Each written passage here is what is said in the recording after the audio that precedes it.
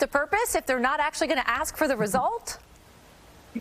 Well, I think that the goal here is to determine an overall rate of positive tests in a certain school district or in a region. So no, I don't think it defeats the purpose at all.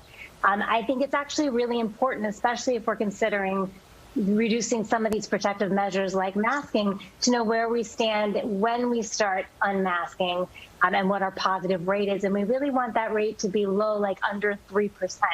So yes, at the end of the break, to determine if we're at a low enough rate for it to be safe to unmask, I think testing makes sense. And I think it makes sense moving forward, too, to continue to make sure that we're doing well and case rates aren't increasing. All right, so you mentioned some of these measures. The two that we have at this point are vaccinating our kids and masking them, besides washing hands and all that good stuff. We know that kids' vaccination rates are remaining low with their huge disparities around the 5 boroughs. But in terms of masking, there are some parents who are really in the camp of unmask our kids, and there's a whole slew of parents who say, no, no, no, no, it's the only thing we've got. What are your thoughts on the mask mandates? Yeah, so I think it absolutely depends on one of the factors you just mentioned, which is our vaccination rate. We're doing much better amongst the older kids, those 13 to 17-year-olds. Our rates are around 78% for vaccination across the city for that age group. But the younger kids, those who are under 13, the 5 to 12-year-olds, we're only at about 41%.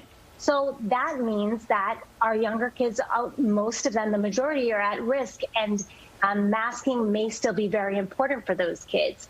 I think the other piece of the unmasking picture is to understand, like we were just talking about, the positivity rate in your area. So if you have a low positivity rate and a high vaccination rate, then I think reducing the masking measures and letting kids unmask makes sense. But there are certain districts, certain regions, like Staten Island is having a tougher time. Their positivity rates are still above 5% in some areas of that borough.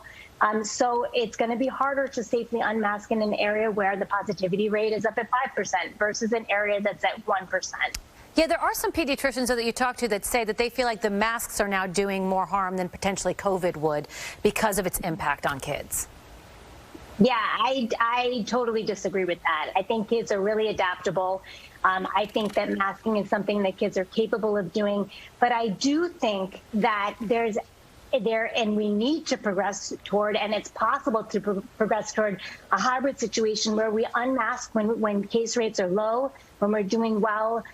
We don't have to have kids masking in schools, but we have to keep on top of the case numbers to know when we need to start implementing mask measures again. What I'd really like to see is some criteria that people can look to from the Department of Health that tells us, okay, when are we going to be able to unmask? When do we have to mask again? What is the positivity rate that we're looking for to know things are safe?